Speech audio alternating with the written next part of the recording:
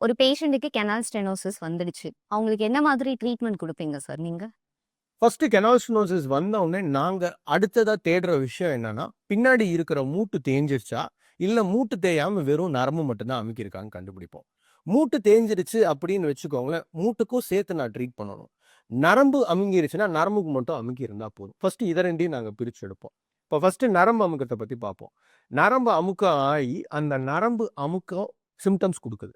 அடுத்த வேலை என்ன பண்ணணும்? அந்த நரம்பு அமுக்கத்த எடுக்கணும். எப்படி எடுப்போம்? கீஹோல்லயே போய் எடுத்துருவோம். கெனால் ஸ்டெனோசிஸ் ரொம்ப சிவியரா இருந்துச்சு அப்படின்னா தான் ஓப்பன் சர்ஜரி பண்ணணும். இப்போ அதையும் மோஸ்ட்லி நாங்க ஓப்பன் சர்ஜரி யாருக்குமே சொல்றது கிடையாது. கீஹோல் சர்ஜரி தான் சொல்லுவோம். கீஹோல் சர்ஜரிக்கு முன்னாடி ஒரு ஸ்டேஜ் இருக்கு. என்ன அப்படின்னா, இப்போ தான் நரம்பு அமுக்க ஆரம்பிச்சிருக்கும். நான் அந்த 6 கிலோமீட்டர் நடந்துட்டு இருந்த தாத்தா 2 கிலோமீட்டர் நடப்பாருன்னு சொன்னேன் இல்லையா?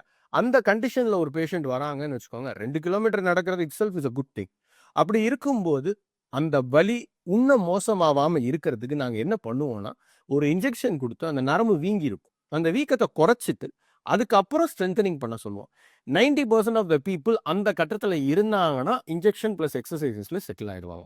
மீதி இருக்கிற 10% ஆஃப் த பீப்பிள் இருக்காங்க பாத்தியா? அவங்களுக்கு தான் நாங்க இன்டர்வென்ஷன் சஜெஸ்ட் பண்ணுவோம்.